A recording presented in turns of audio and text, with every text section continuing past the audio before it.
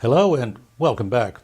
This week we'll look at the so-called Cold War, the period of geopolitical hostility that existed between the Soviet Union and the United States, along with their respective allies, from 1947 to 1991.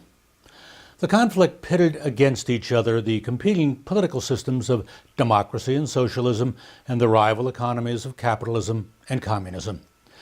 It was known as the Cold War because, unlike prior conflicts, there would be no direct military confrontation between the two sides. Instead, the conflict was fought through a series of proxy wars, where either superpower would fight an ally of the other, or where two smaller nations fought each other with the backing of the United States or the Soviet Union. The Korean War in the 1950s, the Vietnam War in the 1960s, and the war in Afghanistan in the 1970s were examples of such proxy wars.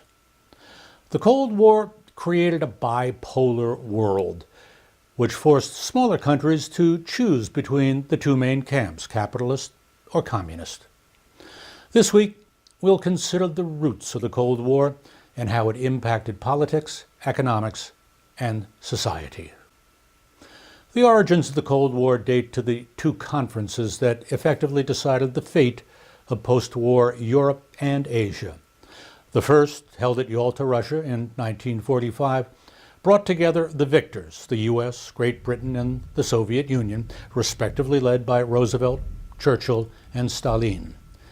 Several months later, at the Potsdam Conference in Germany, the same nations reconvened to hammer out the details, with U.S. President Harry Truman replacing Roosevelt, who had died in April of 1945.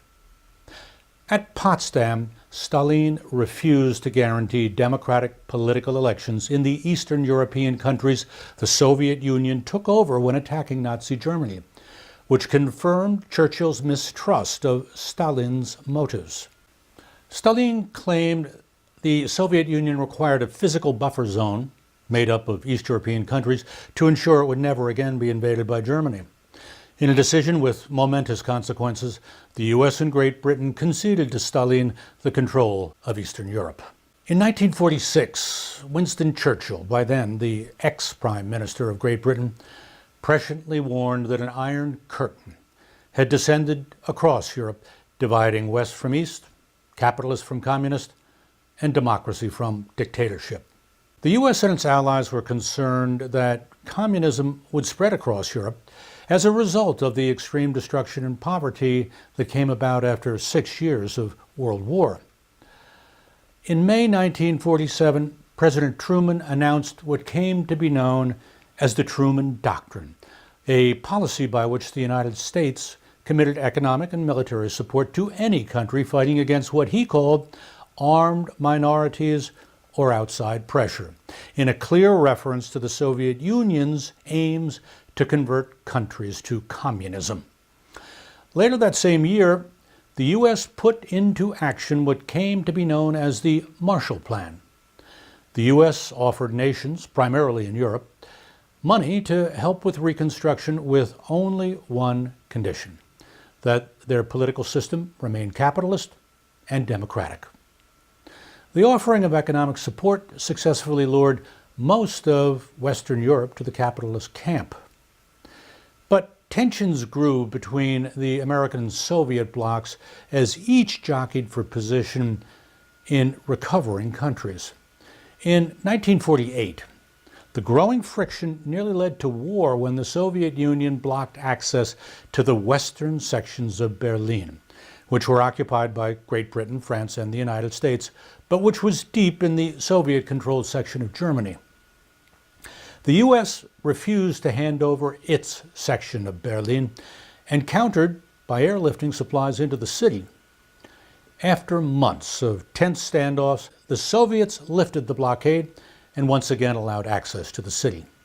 However, the blockade confirmed U.S. fears of Soviet aggression, which led to the formation of the North Atlantic Treaty Organization, NATO, a defensive alliance of most capitalist countries in Europe. The Soviet Union responded by creating the Warsaw Pact in 1955, also a defensive alliance that brought together the communist countries of Eastern Europe. The division of Europe into these two strong alliances ensured that any conflict between them would inevitably lead to yet another world war, much as it had in 1914 and 1939. This time around, however, the stakes were exponentially higher, as both sides had within their arsenal atomic weapons which ensured destruction of a magnitude never before encountered. A direct confrontation using thermonuclear weapons would ensure mutual total destruction, meaning everything, places, people, and the environment, would be obliterated. Nevertheless, both the United States and the Soviet Union continued stockpiling nuclear weapons in an attempt to stay ahead of the other. In the end, however, fear of mutual destruction dissuaded both countries from directly warring with each other. They would fight using other forms of confrontation. In 1949, communism spread as Mao Zedong gained control of mainland China after years of fighting a civil war against the U.S.-supported Chinese nationalists, led by Chiang Kai-shek. The victory of Mao's People's Republic of China added another heavyweight to the communist side. Cold War globalization continued in Asia as Chinese-supported North Korea invaded neighboring South Korea in 1950. Fear of what came to be known as the domino theory, where one country falling to communism would encourage others to follow suit, led the United States to develop a strategy of communist containment, which would ensure capitalism and democracy remained the dominant systems throughout the world. Fearing the falling dominoes in Asia, the U.S. deployed troops to support capitalist South Korea, leading to 3 years of vicious fighting that came to be known as the Korean War. A ceasefire ended the conflict, leaving the Korean peninsula divided into a North Communist Korea and a South Capitalist Korea, a division which endures to this day. Back in Europe, the Soviet Union ordered the building of a wall in Berlin to separate capitalist from communist sectors in 1961. Hostilities between the U.S. and the Soviet Union were bristling. Then, in 1962, the Cuban Missile Crisis brought nuclear war to the world's doorstep.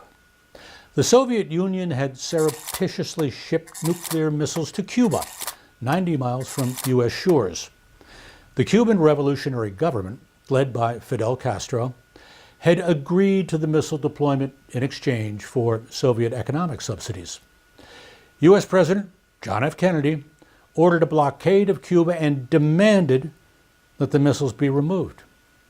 The Soviet Premier, Nikita Khrushchev, refused to comply and ordered Soviet supply ships headed for Cuba to continue on their mission to outfit the nuclear missiles. Over the next 13 days, the U.S. and the Soviet Union teetered on the brink of nuclear war, which would have resulted in mutually assured destruction. Finally, however, fear of an all-out war brought both leaders to a negotiated end to the insanity, with the Soviet Union dismantling its Cuban missile bases and the U.S. retrieving the missiles it had shipped to Turkey. After this close call, both countries tacitly agreed to a conflict of indirect confrontation called détente, which relied heavily on delicate negotiations and a return to proxy wars. Perhaps the most important of these proxy conflicts was the Vietnam War. Driven by the politics of containment, the U.S. officially entered the dispute in 1964, supporting the capitalist South Vietnam in its fight against the invasion of the communist North Vietnam, which was supported by China and the Soviet Union. After 10 years of struggle, during which 58,000 American soldiers died, the United States surrendered South Vietnam, signaling an American defeat and changing the course of both U.S. foreign policy and domestic politics. It had been the first televised war with journalists embedded in military units. The violent images on the nightly news forced many Americans to question the war and fomented worldwide protest against the United States.